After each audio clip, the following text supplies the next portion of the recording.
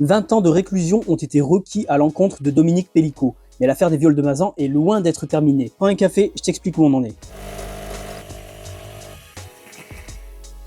Le procès des viols de Mazan dans le Vaucluse est en train de marquer l'histoire judiciaire. Dominique Pellicot est le principal accusé. Il est poursuivi pour avoir drogué, violé et fait violer son épouse par une cinquantaine d'inconnus rencontrés sur internet. Alors le ministère public a demandé la peine maximale, 20 ans de réclusion criminelle, une peine que le tribunal peut décider ou non de suivre. Mais le chemin est encore long avant de connaître la décision finale du tribunal, elle devrait tomber avant les vacances de Noël.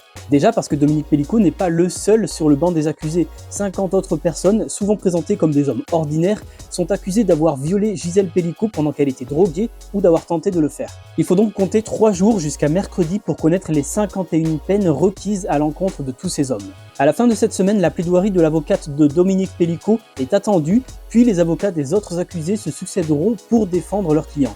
Et ça va durer jusqu'au 13 décembre. Ce procès a débuté le 2 septembre, il va donc s'étaler sur près de 4 mois, une durée qui en fait une affaire hors norme. En dehors du nombre d'accusés, un autre élément montre la dimension exceptionnelle de cette affaire, le nombre de médias accrédités, 138 dont 57 venus de l'étranger.